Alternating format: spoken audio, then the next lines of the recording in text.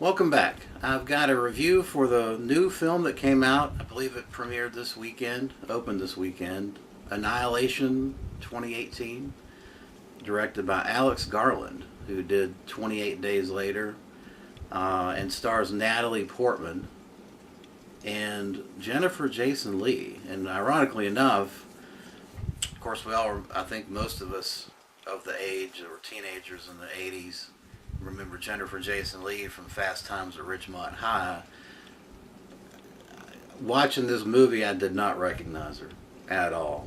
I mean, she gave a great performance, but she just looks totally different. I mean, it was amazing. I couldn't believe it when I researched the film and found out that she was this professor in the movie. Anyway, the film is a fascinating, thought-provoking science fiction film. It's really, to me, 90% sci-fi, maybe 5 to 10% horror. Essentially what you've got here is you've got a meteor that crashes into Earth, and this shimmering, translucent effect is like a wall, basically is going outward from the crash site and consuming all of Earth and everything in its midst. And effectively changing the genetic makeup of everything it touches. It is a fascinating, thought-provoking, and refreshing change of pace from the spoon-fed films that you get today. We're inundated so much with films that you don't have to think. You just turn your brain off, and it's a lot of guns and CGI and a lot of things flying around and very shallow characters, but you leave the theater with you're done. It's kind of one and done. Hopefully you're entertained, and that's the end of it. This film's not like that. This film is very much, I think, a homage to the thought-provoking kind of science fiction that we are so dearly in need of today, in my opinion. Harkening back to like 2001 Space Odyssey or the Russian classic film Solaris. It's asking a lot of questions, and it's not necessarily giving you answers, and I think that's frustrating people, critics and audiences that are so used to everything coming out of Hollywood is you don't have to think about it. It's all right there laid out in front of you in black and white in a very simple setup. This film is it's gonna, even people that I think don't like science fiction are gonna come away with this intrigued with a lot of questions, and that's what great films do. That's what they're supposed to do.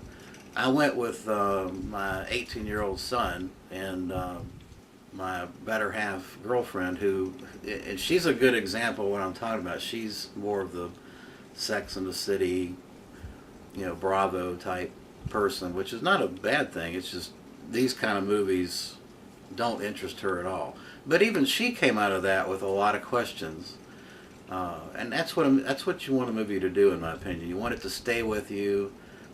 You want it to spur thought.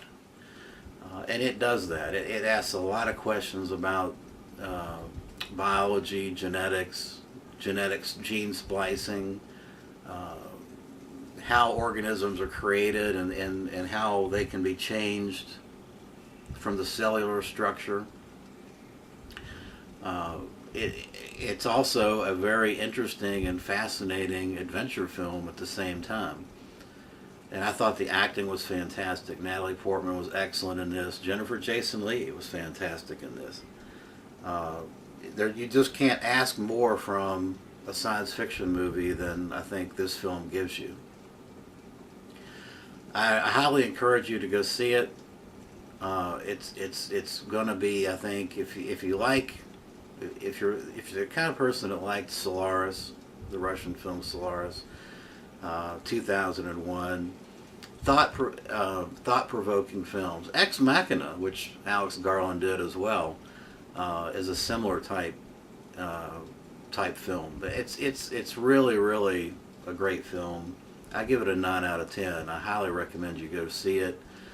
Um, you if you come, you may not like it, but if it, as long as it provokes questions in your mind, uh, then I think it's achieved its aim, and it certainly did with me and everyone I went with. It was one of those films we left talking about it, asking questions about it.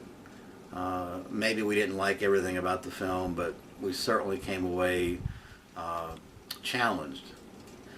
And it's got some. There's some pretty horrific scenes in this as well, but it's done very, very well. I have no complaints about it. Can't wait for the Blu-ray to come out. It's going to be one of those films that you definitely need to purchase when it comes out on Blu-ray. But do yourself a favor, go see it. I'm concerned that the initial opening weekend of this film kind of tanked. I mean, they spent $55 million on this thing, and I think the opening weekend only made $9 million, which is a sad commentary on today's movie-going audiences, in my opinion, because it's all this is going to do. If this film fails, all it's going to do is reinforce to Hollywood, hey, we really need to put out there, the brain dead kind of action, mindless action, and spoon-fed storylines that the mass audiences want, and even critics. I've read some critical reviews of this that said, well, this is such an ambiguous film, and it leaves so many questions in your mind, and they're saying it in effect that it's a negative, that's a negative. The only movies that are really good movies of today, according to today's modern critics, are the ones that explain everything. You don't have to think about it, which I think is a travesty. And it's unfortunate if this film fails that we may not get very many more of these until in the near future. So go out and see it. Let me know what you think of Annihilation. If you've already seen it, I'd be interested in hearing your thoughts. But I love the film. Highly recommend it. Thanks for watching.